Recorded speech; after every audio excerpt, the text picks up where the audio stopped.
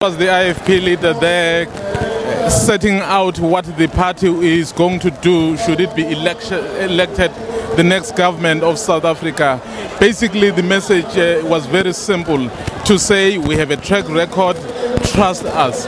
That is kind of a theme that they have been going through for the very, very long time. They're saying it actually doesn't help to keep changing the slogans. It's important that you stick to what people can relate to.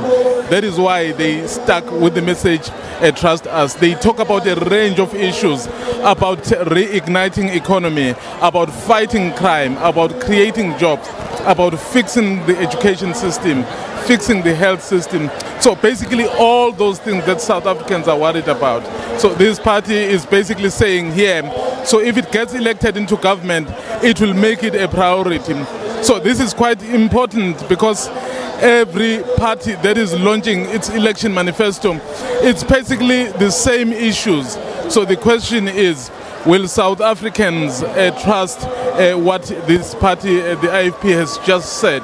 But of course, I'm with other colleagues on the other side who are also getting some reaction from some of the people who attended here. Simpiwe, on your side, what's happening? Well, thank you very much, Mzwandile. And as you said, the leader of the IFP has just finished delivering his manifesto in front of these hundreds or thousands of IFP supporters. I can tell you that the rain has certainly not dampened the spirit of these supporters as they continue to sing along, as they continue to chant the IFP songs. A plethora of issues that the leader of the IFP, Ms. Mbeje, spoke about. He spoke about the issue of fighting corruption, saying that the IFP is a tried and tested alternative, and urging supporters to actually ensure that they come out in their numbers to vote for the party. Of course, we know that this was his last manifesto launch because after this, then after the May 8 elections, rather, he will then vacate this position, which we expect that the position will then be taken over by the Secretary General of the party, Mangosuthu Buthelezi. Well, that's been the situation from where we are. I'm going to now hand over to my colleague Ayanda Mhlongo to wrap things for us.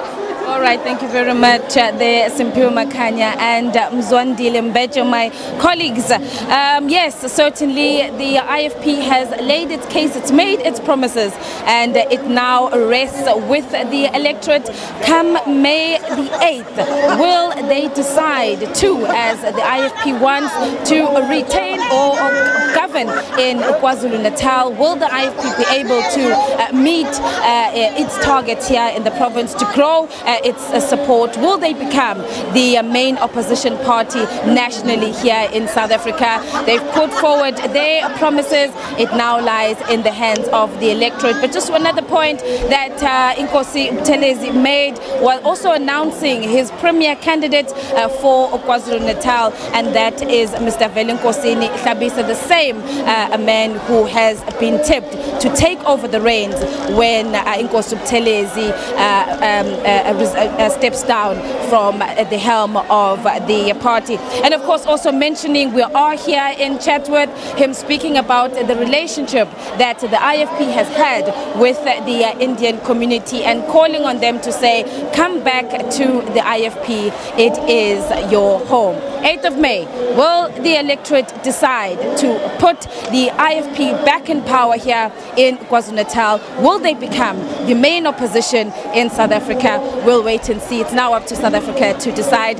That is how we wrap things up here in Chatsworth. From myself, Ayanda Mhlongo, my colleague Simpiwe Makhanya, Mzwandile Mbeje, thank you very much to the entire crew. This is where we leave things off here in Chatsworth. Studio, it's back to you.